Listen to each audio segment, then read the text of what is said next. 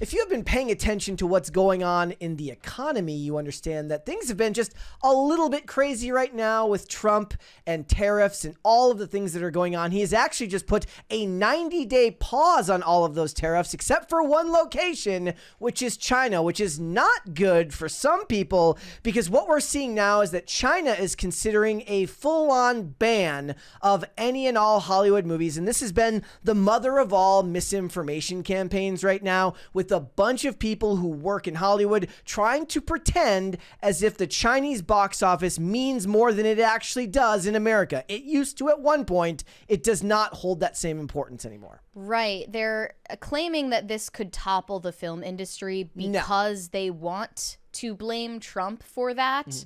Eventually down the line, but we don't even know if this is going to happen. According to a couple of prominent online personalities in China who are allegedly affiliated with the CCP and probably are, China is considering a full-on boycott of imported films from the U.S. And here's the thing. It wouldn't even technically matter because films are classified as services, not as goods. These skip tariffs anyways. This is merely being petty. Well, let's get into it. So this past weekend, Warner Brothers and Legendary's Minecraft movie conquered the box office and broke the hegemony of China's local blockbuster, Ne Zha 2. Which has made $2 billion at their local box office. Trust, if you will, China's reporting accurate numbers for their own box office movie. Well, I looked into Ne Zha 2. It kind of looks epic. Yeah. I looked at this and it says it's based on Chinese mythology.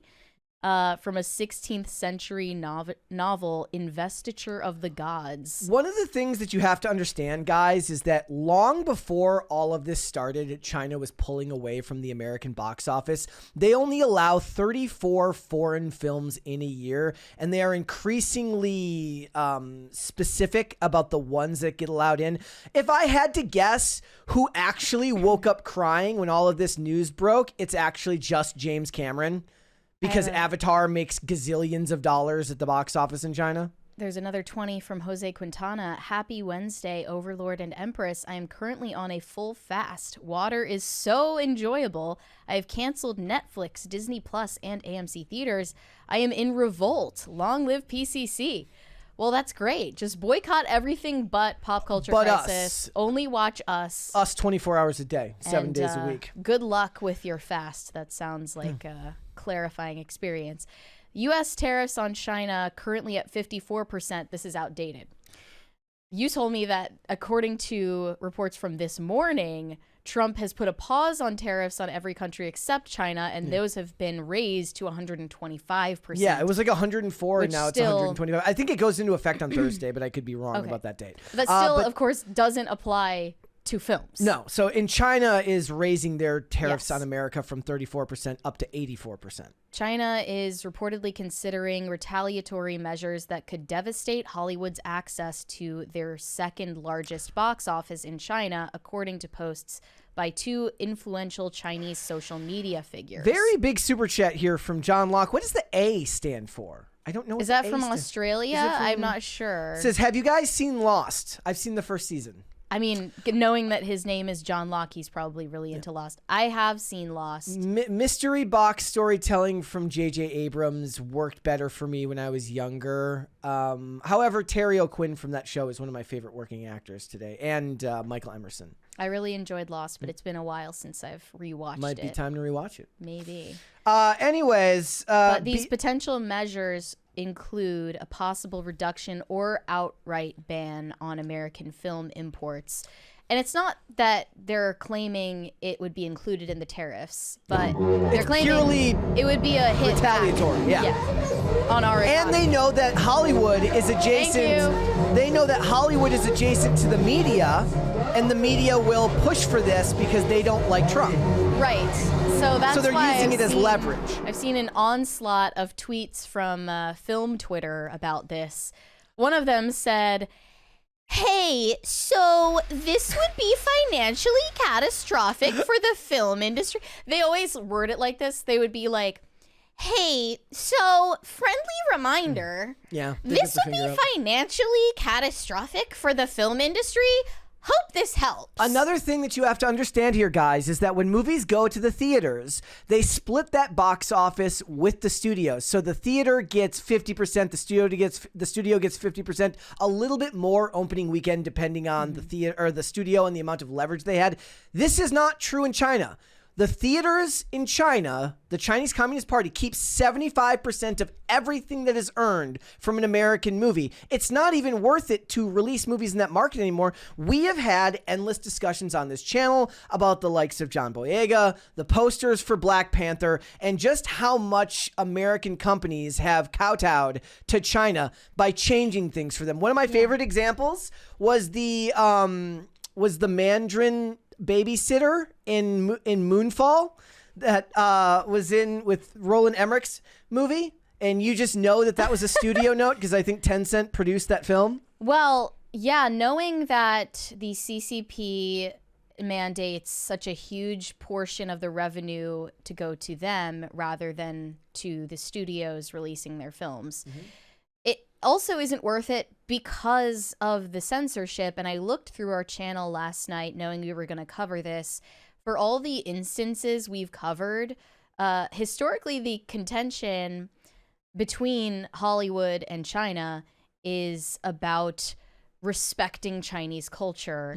So previously they had a ban on Marvel movies that was lifted in January 2023 that allowed them to release Black Panther, Wakanda Forever, and Ant-Man and the Wasp. That's because they had if I remember correctly, there was an Epic Times post office box in Doctor Ant-Man, Strange right? 2. No, it was in Doctor Strange 2, Multiverse of Madness. That was random. I couldn't believe that. And then more recently, and in the first Doctor Strange, the ancient one was changed from Tibetan because China's like no Tibetan. Anything. Right, yeah. More recently, China had taken issue with the Captain America Brave New World poster because, they wanted to minimize the prominence of Anthony Mackie, the black actor on the poster. I laughed when I did my review for that movie because they picked no controversial country. In this movie, they're trying to they found adamantium, and now the world is struggling to control adamantium, and the countries are like America and France.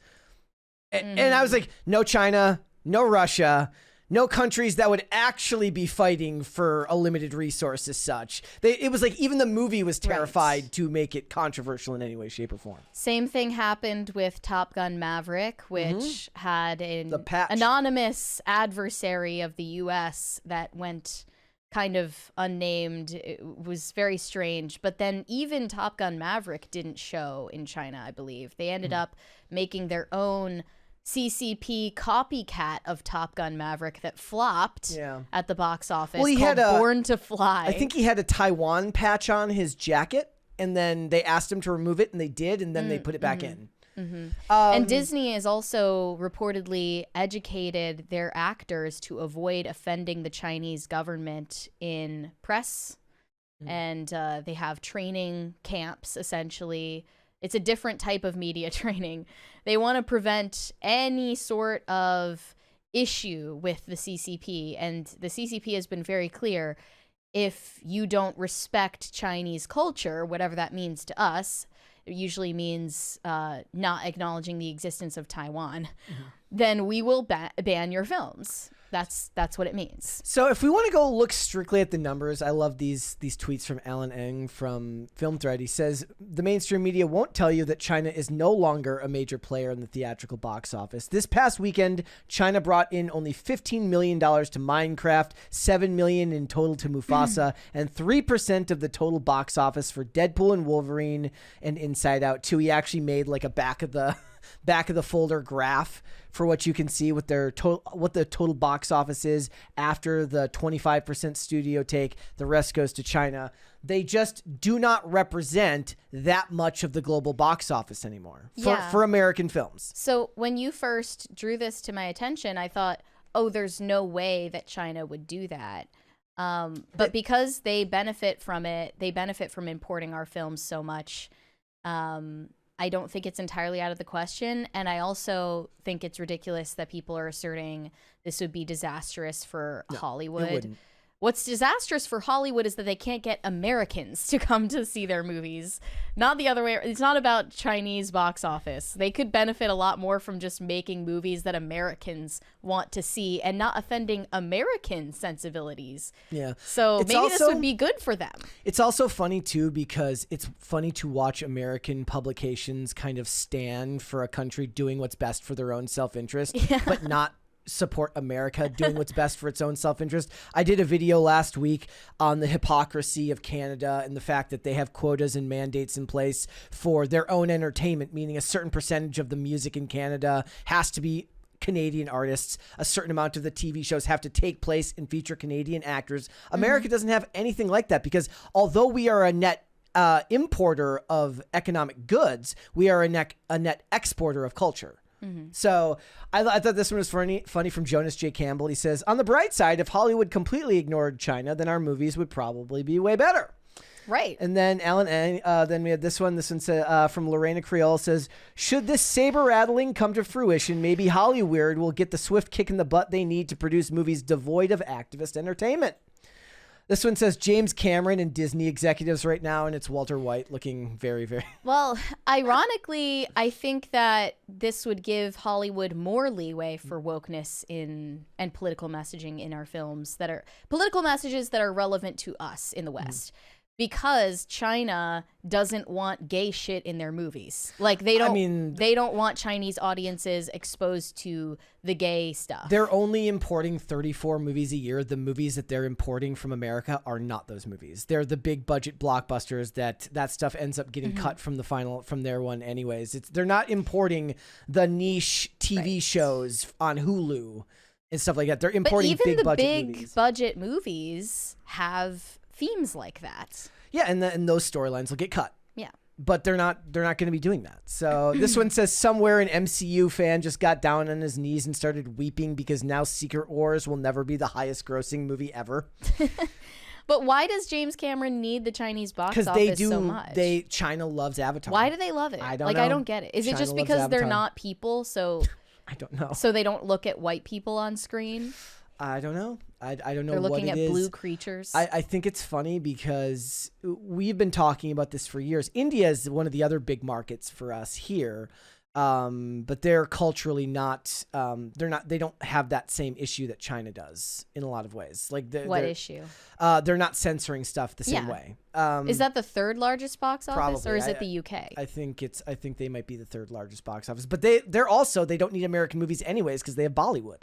Right. They don't need us as Right. far as those economies go. So it's kind of hilarious watching people try to virtue signal and fearmonger and get people to change their minds about something that's very clearly they've already got their minds made up about it. The studios have been moving away from China as a box office contender anyways because it's gotten harder and harder to release movies there. Just look at the struggle that Marvel has had getting movies out of there. And also people felt like they made the decision a couple years ago that they cared more about their agenda and the type of American movies that they wanted to make with LGBTQ themes and stuff like that, that they felt that they were just pushing away from China anyways because the box office return was so small it wasn't worth it anyways. So it's funny to watch them suddenly come around and pretend like this is all of a sudden going to be a big issue that's going to end their careers. It is not. Yeah.